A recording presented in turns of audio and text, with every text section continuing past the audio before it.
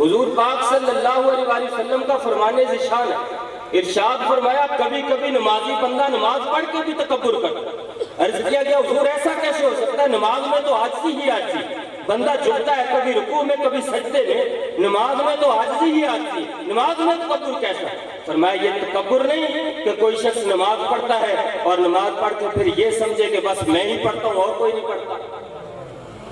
یہ کیوں سوچتا ہے کہ دوسرے نہیں پڑھتے میں پڑھتا ہوں مجھے فوقیت حاصل ہے، اپنے آپ کو بڑا کیوں سمجھنے لگتا ہے؟ اس نے عبادت تو اللہ کی، اگر اللہ تعالیٰ نے اس کو توفیق بخشی ہے تو اس پر اللہ کا شکر ادا کر، بجائے اس کے کہ لوگوں کو تانے دینا شروع کر۔ تانا نہیں دے سکتے آپ، کسی بھی نیکی کو کر کے کسی بھی عبادت کو کر سکتے، تبلیغ کر سکتے، لوگوں کو سمجھا سکتے، کسی کو نشانہ نہیں بنا سکتے۔ یہ بات بھی ذہن کے اندر رکھیں، یہ نکتے کچھ ذہن کے اندر رکھیں، کسی کو نشانہ نہیں بنا سکتے فلاں بندہ یہ غلط کام کرتا ہے، فلاں بندہ یہ غلط کام، یہ حضور کی سنت کے خلاف ہے بات۔ اس لیے کہ حضور پاک صلی اللہ علیہ وآلہ وسلم آپ کی سیرت مبارکہ کا آپ مطالعہ کریں بات سامنے آئے گی۔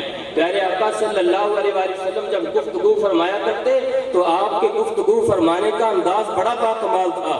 صحابہ فرماتے جب سرکار گفتگو فرماتے تو اتنے پیارے انداز میں اتنے دھیمے لہجے میں فرماتے کہ جناب کی گفتگو کا ایک ایک حرف ہم چاہتے تو گن سکتے تھے، اور جب حضور گفتگو فرماتے کبھی کسی کو نشانہ نہیں بناتے تھے، کبھی یہ نہیں فرماتے تھے کہ فلاں بندے نے یہ کیا فلاں بندے نے یہ کیا، بلکہ یوں فرمایا کرتے تھے لوگوں کا کیا حال ہے کہ لوگ ایسا ایسا کرتے ہیں۔